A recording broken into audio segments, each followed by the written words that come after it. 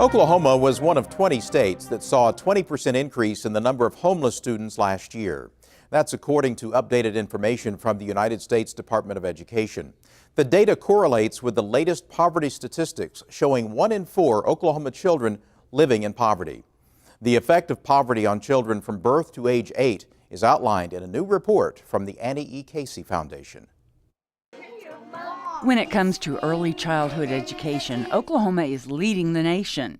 All children can start school at the age of 4, and 76% of children in the state participate.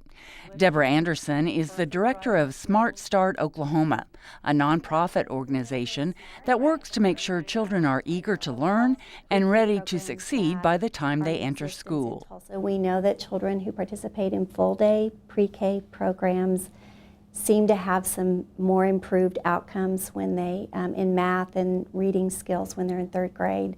So we do know half-day versus full-day seems to make a difference. And I'm really proud to say that we have seen about a 20% increase in full-day pre-K programs over the past 3 years. But Oklahoma isn't reaching some of the neediest preschoolers. According to the report, The First 8 Years, recently released by the Annie E. Casey Foundation, 61 to 63% of low-income children do not attend preschool. A common theme is poverty. And so kids that live in poverty, and we've got an incredible number of kids in Oklahoma that still live in poverty, that have single parents in households, they're struggling to make ends meet, they're trying to keep a job, they may be on SNAP benefits, and they're struggling just to make ends meet. And so I think Oklahoma has got to do a better job of providing, number one, support to those families. The report shows 53% of Oklahoma children live in low-income households.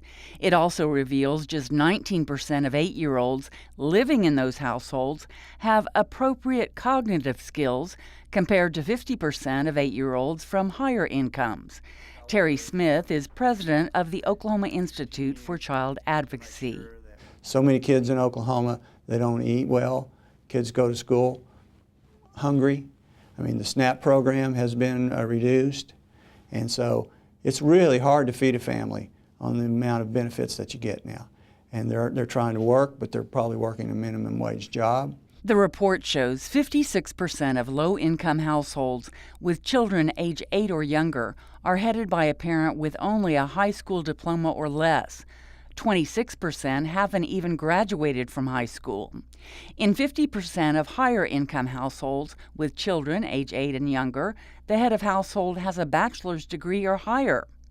When it comes to physical well-being of 8-year-olds, the ranking is 62% for higher income households and only 48% for low-income families.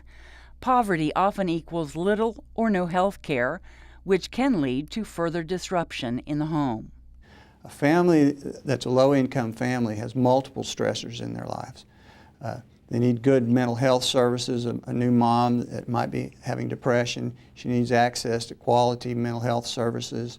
The home visitation program, where a registered nurse goes into the home of a young mother and teaches her to care for the health of her baby, that's so critical. And that's pure child abuse prevention.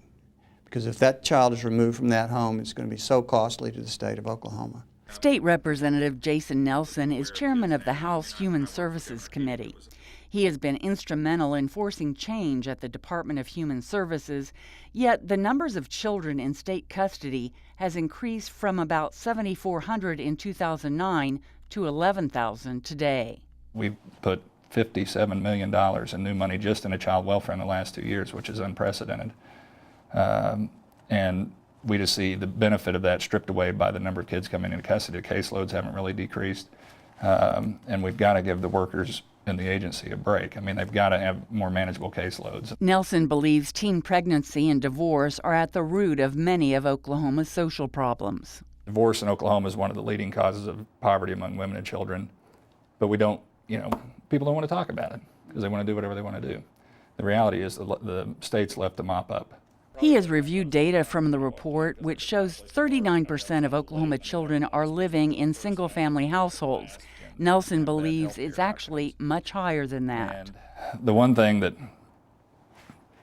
people continually want to ignore but won't simply go away is the breakdown of the family. The numbers that I've got conservatively, half of the kids in the state live in an environment other than their mom and their dad being married and raising them in their home. Nelson says he's working to bring a private sector program to Oklahoma called Safe Families, which has been successful in other states. It's a program that partners with churches to provide volunteer host families to give those in crisis a safe place for their children until the home life is stabilized.